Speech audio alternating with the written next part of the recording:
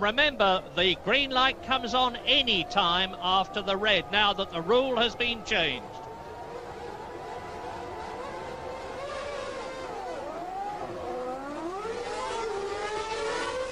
Straight down towards turn one they come. Schumacher in the lead, Alesi second. Hakkinen is still in third position. No changes, they go into turn one. Damon Hill is still there in the Williams. Here they come into the S-curve. Left, right. That's Taki Inui, the Japanese driver, who has spun out already. And he went off on the first lap last year in the Simtek when the conditions were much worse than this. But now, as they come up towards turn 7, it's about 135 miles an hour, as we expected. And that is Roberto Moreno, who was to start from the pit lane, but does not appear to have done so. And remember, Suzuki is not in this race, the Japanese driver. So Michael Schumacher leads. This is the cross under the part of the course where they double back. Now up to the hairpin on the first of the 53 laps in this race. Schumacher, Benetton Renault, Jean Alesi in the Ferrari, Mika Hakkinen in the McLaren. Damon Hill is in fourth position, and it looked to me as though Eddie Irvine has moved up into fifth position ahead of David Coulthard. Take a check on that as they come into the Spoon curve. Out of this up to the fastest part of the course, it drops downhill here into the crossover. There is Eddie Irvine on the replay. You can see him moving up. And there's the tangle where Taki Inui spun. Off goes Carl Wendlinger in the Sauber. Inui comes to a standstill and seemingly is out of the race because that is his Arrow's Heart. Trouble area is turn 2, just before turn 2. Michael Schumacher leads into the chicane. That's where Prost and Senna collided in 1989. And you can see how close Jean Alesi is as they come through to complete lap 1 with 52 to go. Schumacher, Alesi, Hakkinen, Hill. On earlier, well, a nice clean start there. Although Damon will surely close up, jump start penalty for Jean Alesi. Oh, and that is terrible, because this, I think, has destroyed the interest of the race in the early stages anyway. Jean Alesi jump start. There's been a lot of controversy about these jump starts. Olivier Panis has had a lot of them, and Gerhard Berger, both the Ferraris. And Berger is in 7th position, and that means to say that now Jean Alesi effectively kept up that remarkable performance, and that was stopped when his engine had some kind of major problem in the early part of the race. So great performance from Jean Alesi. But second place, Mika Hakkinen. The McLaren team are going to be absolutely ecstatic. A brilliant drive from Mika Hakkinen, a great performance from McLaren. Benetton team with Johnny Herbert in third place, though, have justifiably collected the Constructors' Championship. Great jubilation for them. And I'm afraid the Williams team may have been the team that should have won it. I think they had the best car here, and I think Benetton probably realised that. But I'm afraid the truth of the matter is that sadly this year the drivers just have not matched up to the performance of the car, and we saw that here today with mistakes from both Damon Hill and David Coulthard. I'm sure that in the future they can both put in the levels of performance that they need to justify those kind of drives, but it hasn't happened today. Schumacher not very far to the checkered flag now, and if Johnny Herbert stays in that third position which he's in now, it will take him back past Jean Alesi in the Drivers' Championship to 4th place. But most importantly for Benetton, and you've seen the mechanics coming out of the garage up to the pit lane. Aida was great for them when Michael Schumacher won his 8th race and clinched the Drivers' World Championship. But Suzuka, the following Sunday, here today, is going to be even greater, because this will be the first Constructors' Championship for Benetton. We've seen McLaren win it so many times. We have seen Williams win it so many times. Michael Schumacher is exiting the chicane. Flavio Briatore is ready to receive the Benetton, and Michael Schumacher wins in Japan to equal Nigel Mansell's all-time record of 9 wins in one season, to give Benetton the Constructors' Championship. And he said yesterday that that was his goal and he wasn't going to let up. He was going to go on to give his team the success they deserved, and he's done it. And Mika Häkkinen has finished in second place, less than 20 seconds behind Michael Schumacher there.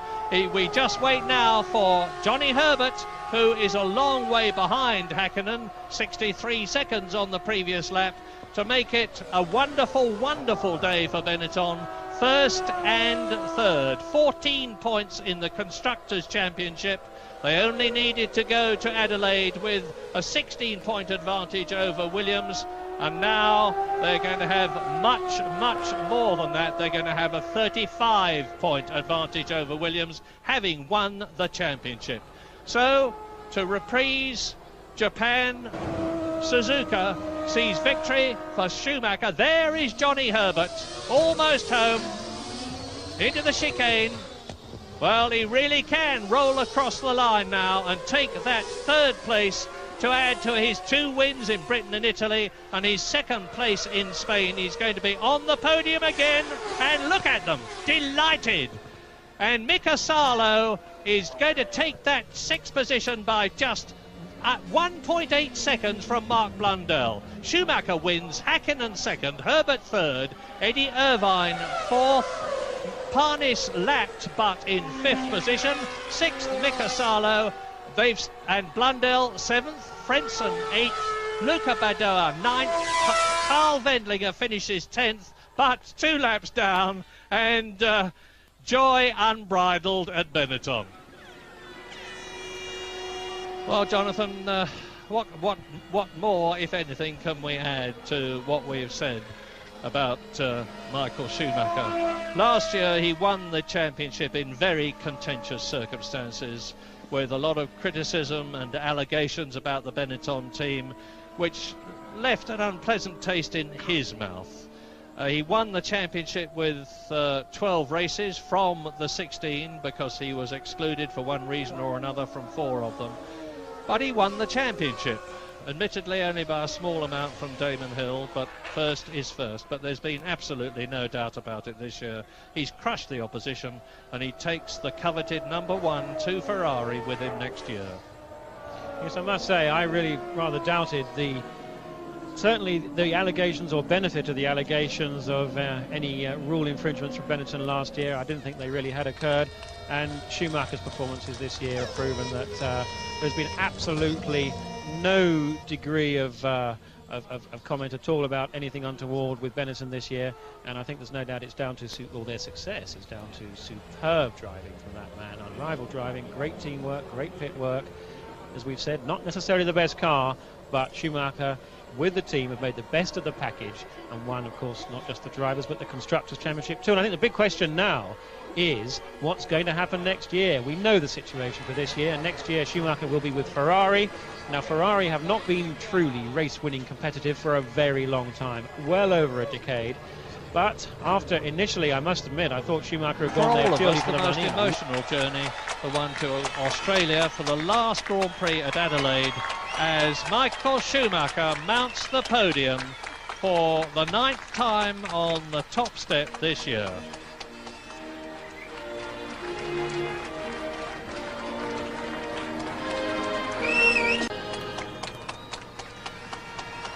Mika Häkkinen on the left, 2nd place. Michael Schumacher there, the winner, and his teammate Johnny Herbert, the right. Mr. Hisashi Hieda, who is the president of Fuji Television, presents that superb trophy to Schumacher, and now the winning Constructors' Trophy. The 2nd place driver, Mika Häkkinen, gets his trophy from Mr. Takashi Matsuda, who is the president of Suzuka Circuit Land. That's the track that this wonderful race has been held on. And to Johnny Herbert, the trophy goes from Mr. Kunio Nihira, who is the vice president of the Japanese Automobile Federation. 3 very, very happy men, and let's hope that this helps Johnny Herbert in particular to get the drive that he needs next year. Absolutely right. You know, Herbert has certainly not matched Schumacher's pace, he knows that, but he's been a great racing driver this year. His finishing record is the best of any driver in Formula One. Of the 16 Grand Prix he's now taken part in, he's finished in 13. He really makes very, very few mistakes. And frankly, the ones that he didn't finish in were when the chap on your right, Mika Häkkinen, hit him. Certainly in Canada, And then Johnny Herbert also got hit in the French Grand Prix too. Schumacher ecstatic, but this race I think really belongs, in terms of the notable achievement, to Mika Hakkinen and the McLaren team. We've had a lot of long period of doldrums from McLaren, but with a car that's reverted to the mid-season specification, it's not the latest one, that didn't work.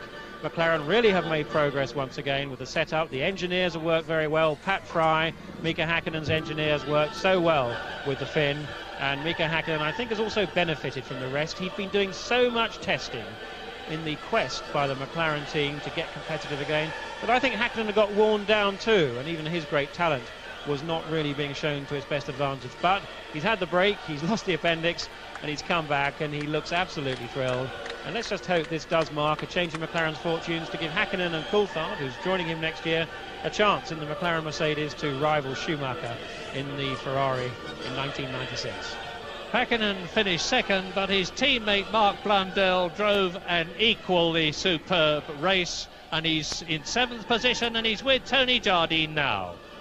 Mark, what an incredible turnaround for you. 2 big crashes, starting right at the back, not feeling good. 7th position, it was nearly 6th.